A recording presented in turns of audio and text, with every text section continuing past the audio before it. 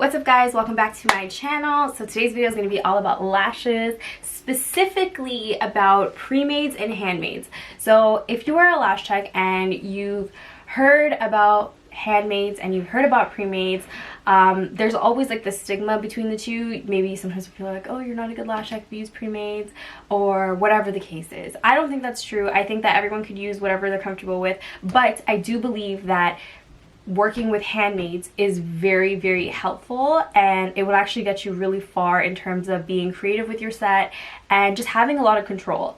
So that being said, let's get into it. So the difference between handmades and the difference between pre-mades are that exactly that. You get a pre-made lash purchased pre-fanned, and usually it's with a machine that presses them together, and you get a perfect fan. And then obviously your handmades, you will be fanning manually by yourself with your tweezer. The biggest thing with pre-mades is that it does save you time, and it's a little bit easier to grab and go, and your sets will be done a little bit faster.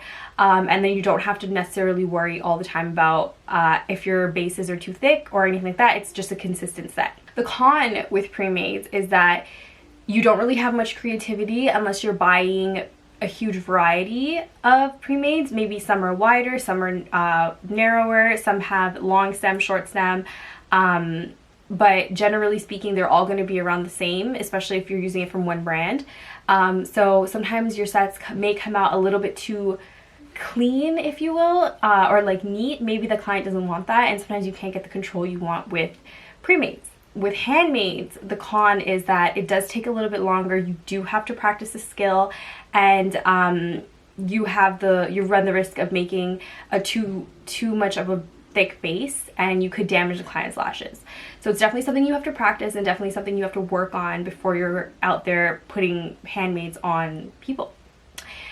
Now, the pros with handmades are that you definitely have way more creative control, and you can play up your set or play it down, and then you can kind of cater to your client's needs a little bit better. Personally, my favorite thing about handmades is that I know that some people have weak lashes, and then they also have strong lashes in their natural lash line. So what I like to do is, if I find a really healthy thick lash, I'd put a bigger fan on that lash versus a weaker lash. I would put a smaller fan on that lash. So that's one of my biggest things with doing handmades, is just you get the control to do things like that. The other thing is actually creating more unique sets. You can actually do a little bit more with handmades because you can control how narrow and how wide your fans are. And if you've looked into this, you do know that wide fans actually give a different look from narrow fans. So sometimes you can get a little bit more of a textured look when you kind of go in between using wide fans and narrow fans. So it's a nice way to give yourself more of a custom look. So this is a pre-made fan. It's just a random fan random set of pre-mades that I purchased.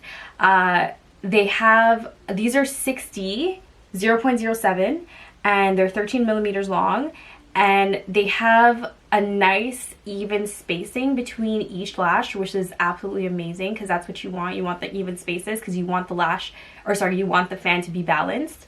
But if you look at the base of it, it is a little bit on the thicker side, and that's just because like I said, the pre-made fans are made by a machine, and the bases tend to be a little bit wider because they're not stacked, they're actually pressed, so they'll have a flat base. So the bigger you go in fans, like this is a 60, if you were to go to a 70 or an 80, the base would probably get wider. So you have to be very mindful of that. This is a handmade fan. Now this one's a 70 0.07 in a 13 millimeter as well, and you can tell that the base of the fan is much thinner. You do have like I said, you have a little bit more control, but as you can see, the spacing between the lashes are not 100% spaced out.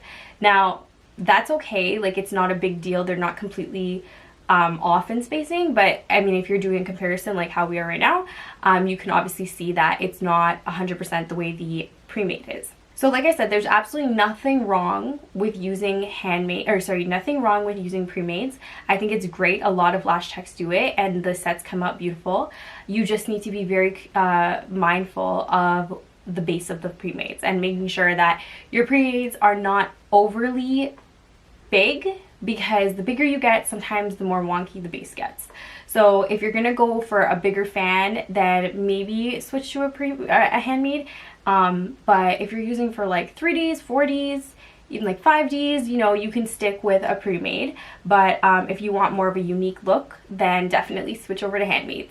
If you guys are interested in seeing some handmade techniques, my last video, I did show the shimmy method and how I use my shimmy method. So if you want to learn that, then head over to that video. Link is right here. So that's basically it for this video. I just wanted to do a quick overview on pre-mades versus handmades, because sometimes people don't understand the difference, and there's always pros and cons to each thing. So I wanted to kind of run through the pros and cons for pre-mades and handmades.